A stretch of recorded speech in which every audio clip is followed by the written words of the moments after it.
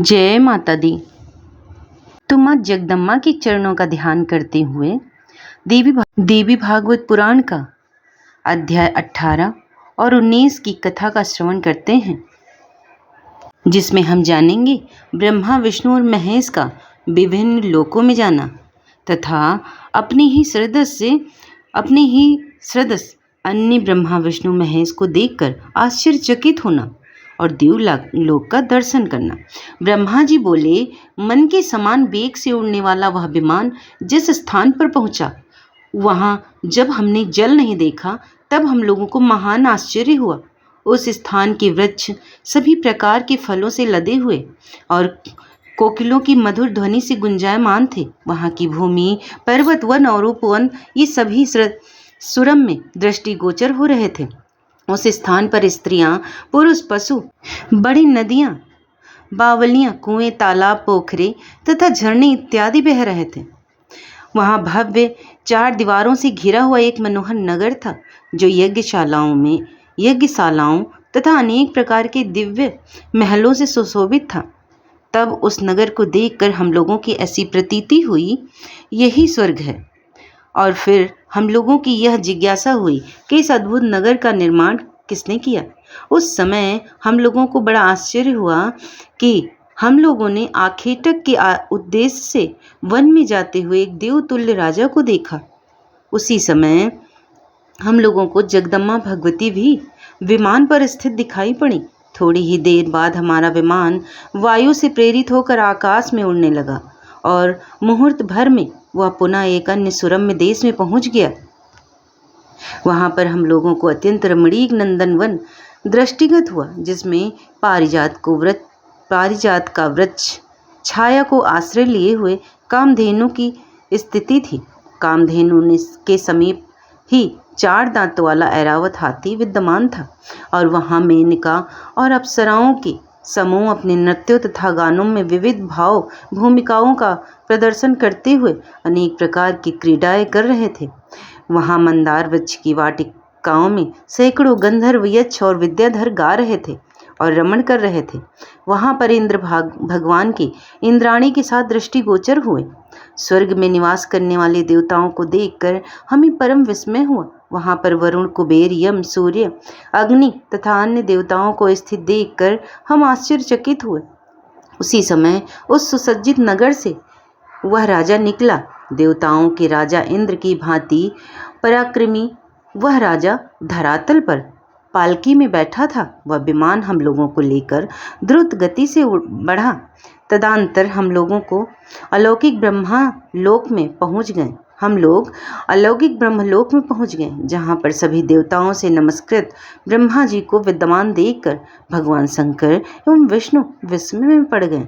वहां ब्रह्मा जी की सभा में सभी वेद अपने अपने अंगों सहित मूर्त रूप में विराजमान थे। साथ ही समुद्र, नदियां, पर्वत, सर्प एवं नाग भी उपस्थित थे।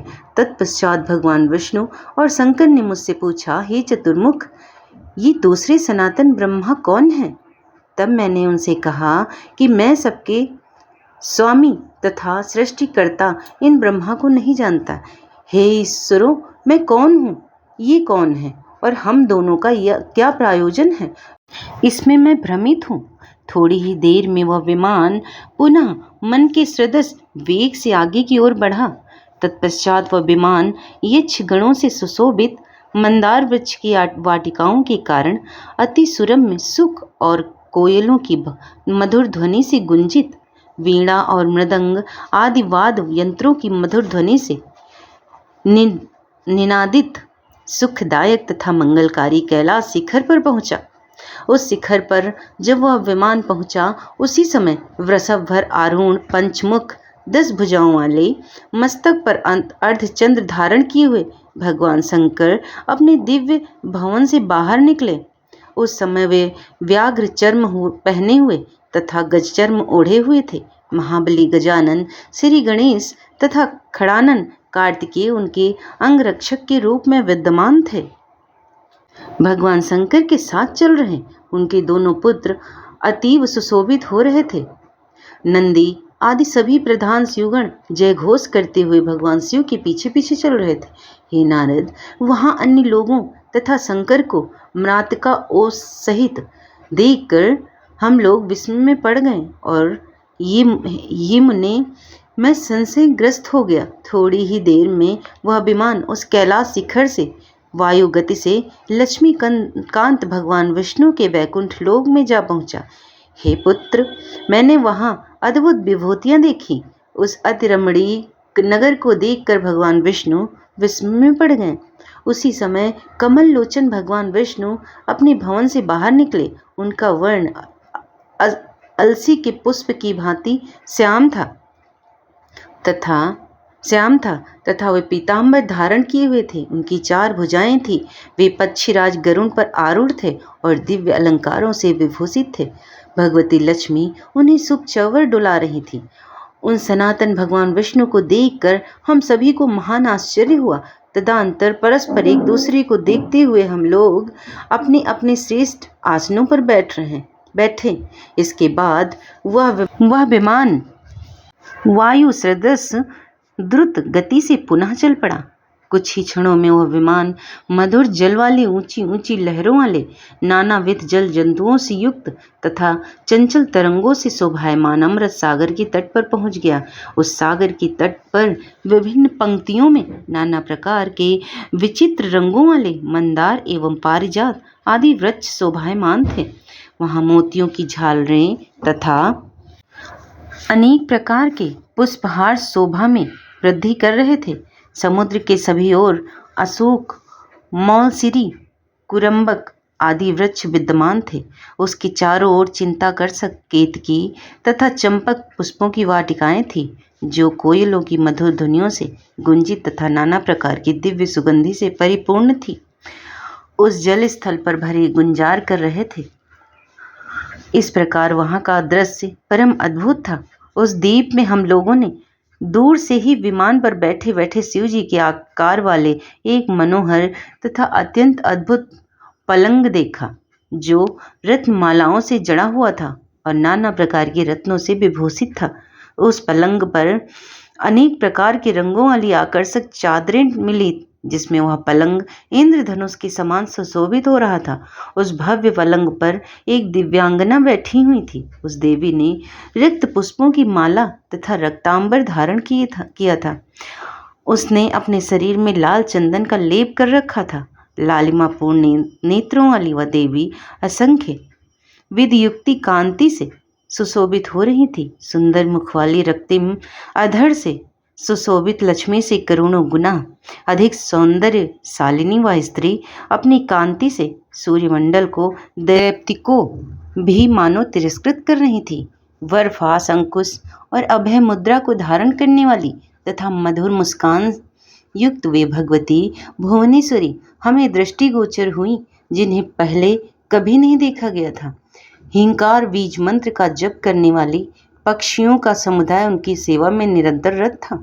9 यौवन से संपन्न तथा अरुण आभा वाली वे कुमारी साक्षात करुणा की मूर्ति थी। वे सभी प्रकार के श्रृंगार एवं परिधानों से सुशोभित थी और उनके मुखारविंद पर मंद मुस्कान विराजमान थी। उनके उन्नत वक्षस्थल कमल की कलियों से भी बढ़कर शोभायमान हो रहे थे। नाना विधि मणियों से जड़ित आभूषणों से वे अलंकृत थीं। स्वर्ण निर्मित कंकड़, केयूर और मुकुट आदि से सुशोभित थीं। स्वर्ण निर्मित श्री चक्रकार कर्णफूल से सुशोभित उनका मुखारविंद अतीव दीप्तिमान था। उनकी सखियों का समुदाय इल्लेखा तथा भुवनेशी नामक सतत जप कर रहा था और अन्य सखियां उन भुवनेशी माहेश्वरी की अनवरत स्तुति कर रही थी। हल्लेखा आदि देव कन्याओं तथा अनंग कुसुमा आदि देवियों से घिरी हुई थी। वे खष्ट कोण के मध्य में यत्र राज के ऊपर विराजमान थी। उन भगवती को देखकर वहां स्थित हम सभी आश्चर्यचकित हो गए और कुछ देर तक वहीं ठहरे रहे। हम लोग ये नहीं जान पाए कि वे सुंदरी कौन है और उनका नाम क्या है। दूर से देखने पर वे भगवती 1000 नेत्र, 1000 मुख और 1000 हाथों से युक्त अति सुंदर लग रही थी। इसमें तनिक भी संदेह नहीं है। हे नारद, हम सोचने लगे कि ये ना तो अप्सरा और ना गंधर्व और ना देवांगना ही दिखती हैं, तो ये फिर कौन हो सकती हैं। हम इसी संशय में पड़कर वहां खड़े रहें। तब उन सुंदरी हास वाली देवी को देखकर भगवान विष्णु ने अपने अनुभव से मन में निश्चित करके हमसे कहा, ये साक्षात भगवती जगदम्बा हम सब की कारण स्वरूपा हैं। ये ही महाविद्या महामाया पूर्णा तथा शाश्वत प्रकृति रूपा हैं। अल्प बुद्धि वाले गंभीर आशा वाली भगवती को सम्यक रूप से नहीं जान सकते, केवल योग मार्ग से ही ये ज्ञेय हैं। हे देवी, ये देवी परमात्मा की इच्छा स्वरूपा तथा नित्य नित्य स्वरूपिणी है। ये विश्वेश्वरी कल्याणी भगवती अल्प भाग्य वाले प्राणियों के लिए दुराराध्य हैं। ये वेद जननी शिला नैना विशाल नैना जगदम्मा सबकी आदि स्वरूपा ईश्वरी हैं। ये भगवती प्रलयावस्था में समग्र विश्व का संहार करके सभी प्राणियों के लिंग रूप शरीर को अपने शरीर में समाविष्ट करके विहार करती हैं। ये हे देवो, ये भगवती इस समय सर्वबीजमयी देवी के रूप में विराजमान है। देखिए, इनके समीप करोड़ों विभूतियां क्रम से स्थित हैं। हे ब्रह्मा एवं शंकर जी, देखिए, दिव्य आभूषण से अलंकृत तथा दिव्य गंधानुलेप से युक्त ये सभी विभूतियां इन भगवती की सेवा में मनोयोग से संलग्न हैं। हम लोग धन्य हैं, सौभाग्यशाली हैं तथा कृतकृत्य हैं, जो कि हमें इस समय भगवती का साक्षात दर्शन प्राप्त हुआ। पूर्व काल में हम लोगों ने बड़े प्रयत्न से जो तपस्या की थी, उसी का यह उत्तम परिणाम है। अन्यथा भगवती हम लोगों को स्नेहपूर्वक दर्शन कैसे देती। जो उदार हृदय वाले पुण्यात्मा तथा तपस्वी लोग हैं, वे ही इनके दर्शन कर पाते हैं, किंतु विषयासक्त लोग इन कल्याणमयी भगवती के दर्शन से सर्वथा वंचित रहते हैं। ये ही मूल प्रकृति स्वरूपा भगवती परम पुरुष के सहयोग से ब्रह्मांड की रचना करके परमात्मा के समक्ष उसे उपस्थित करती हैं। हे देवो, इस पुरुष दृष्टा मात्र हैं, यह पुरुष दृष्टा मात्र हैं और समस्त ब्रह्मांड तथा देवतागण दृश्य स्वरूप है। महामाया कल्याणमयी सर्वव्यापिनी सर्वेश्वरी है भगवती ही इन सब का मूल कारण है। कहाँ मैं, कहाँ सभी देवता और कहाँ रंभा, कहाँ आदि देवांगनाएं, हम सभी इन भगवती की तुलना में अनेक लक्षांश के बराबर भी नहीं हैं। ये ही महादेवी जगदम्बा हैं, जिन्हें हम लोगों ने प्रलय सागर में देखा था और जो बाल्यावस्था में मुझे प्रसन्नतापूर्वक पालने में झुला रही थी। उस समय मैं एक सुस्थिर तथा दृढ़ वट पन्न रूपी पलंग पर सोया हुआ था और अपने पैर का अंगूठा अपने मुखारविंद में डालकर चूस रहा था। अत्यंत कोमल अंगों वाला मैं उस समय अनेक बाल सुलभ चेष्टाएं करता हुआ उसी वट पत्र के दान में पड़े पड़े खेल रहा था, दोने में पड़े पड़े खेल रहा था। उस समय गाती हुई ये भगवती बाल भाव में स्थित मुझे झूला झुलाती थी। इन्हें देखकर मुझे अनिश्चित ज्ञान हो गया कि ये ही यहाँ विराजमान है। निश्चित रूप से ये भगवती मेरी जननी है। आप सुने, मुझे पूर्व अनुभव की स्मृति जग गई। अब मैं जो आपसे कहता हूँ। अब ब्रह्मा जी बोले, हे नारद, ऐसा कहकर जनार्दन भगवान विष्णु ने पुनः कहा, हम लोग बार बार प्रणाम करते हुए उनके पास चलें। वे वरदायिनी महामाया हमें अवश्य वरदान देंगी, अतः निर्भय होकर हमें उनके चरणों के निकट चलकर उनकी स्तुति करनी चाहिए। यदि उनके द्वारपाल हमें वहां रोकेंगे तो हम लोग ध्यानपूर्वक कहीं बैठकर देवी की स्तुति करने लगेंगे। ब्रह्मा जी बोले, भगवान विष्णु के ऐसा कहने पर मैं तथा शिव हम दोनों प्रसन्नता से गदगद होकर शीघ्र उनके निकट जाने को उत्सुक हो गए। विष्णु से ठीक है ऐसा कहकर हम दोनों शीघ्रतापूर्वक विमान से उतरकर मन ही मन अनेक तर्क वितर्क करते हुए भगवती के द्वार पर ज्यों ही पहुँचे, त्यों ही द्वार पर स्थित हम सभी को देखकर मंद मुस्कान करके उन भगवती ने हम तीनों को स्त्री रूप में परिणत कर दिया।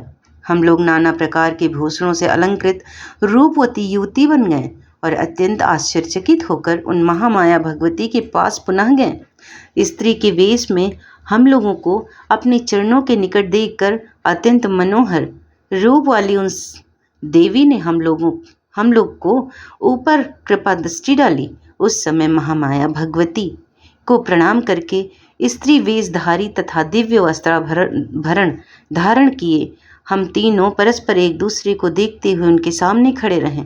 विविध प्रकार के मणिजड़ित एवं करोड़ों सूर्य के समान दैदीप्यमान देवी के पादपीठ को देखते हुए हम तीनों वहीं स्थित रहे। उन महादेवी की हजारों सेविकाओं में से कुछ ने रक्त वस्त्र, कुछ ने नीले वस्त्र और कुछ ने सुंदर पीत वस्त्र धारण कर रखे थे। वहां उपस्थित सभी देवियां सुंदर स्वरूप की थीं और विचित्र वस्त्र एवं आभूषणों से सुसज्जित थीं। वे सब जगदम्बा की विभिन्न सेवाओं में तत्पर थीं। उनमें से कुछ गा रही थीं और कुछ नाच रही थीं और कुछ स्त्रियां हर्ष के साथ वीणा तथा मुखवाद्य बजाती हुई अन्य सेवाओं में संलग्न थीं। हे नारद जी, वहां मैंने भगवती के चरण कमल के नख रूपी दर्पण में जो अद्भुत दृश्य देखा उसे बताता हूँ, आप सुने। वहां मुझे समस्त स्थावर जंग मात का ब्रह्मांड में ब्रह्मा, विष्णु, शिव, वायु, अग्नि एवं सूर्य, वरुण, चंद्रमा, विश्वकर्मा, कुबेर, इंद्र, पर्वत, समुद्र, नदियां, गंधर्व, अप्सराएं, विश्वसु, चित्रकेतु, श्वेत, चित्रांगद, नारद, तंबरु, हाहुहु, दोनों अश्विनी कुमार, अष्टवसु, साध्य, सिद्धगण, पितर, शेष आदि नाग, सभी किन्नर, उरग और राक्षस गण दिखाई दे रहे थे। बैकुंठ, ब्रह्मलोक तथा पर्वत श्रेष्ठ कैलाश, इन सब को हमने उनके पद नख में विराजमान देखा। उसी में मेरा जन्म स्थान कुल भी था। मैं चतुरानन उस कमल कोश में बैठा हुआ था। मधुकैटभ नाम के दोनों दानों तथा शेष सैया महाविष्णु भी उसी में विराजमान थे। ब्रह्मा जी बोले, इस प्रकार परमेश्वरी के चरण कमल के नख में स्थित यह सारा दृश्य मुझे दिखाई दिया, जिसे देखकर मैं चकित रह गया और मन ही मन सोचने लगा यह क्या है। मेरे ही समान विष्णु और शिव भी वहां आश्चर्यचकित होकर खड़े थे। उस समय हम तीनों ने समझ लिया कि समस्त जगत की जननी ये ही महादेवी हैं। इस प्रकार अमृतमय एवं कल्याणमय उस द्वीप में मैं अनेक प्रकार के अद्भुत दृश्य देखते हुए हमारे 100 वर्ष व्यतीत हो गए। वहाँ की प्रसन्न वदना एवं विचित्र अलंकारों से अलंकृत देवियाँ हम तीनों को अपनी सखियाँ समझती थीं।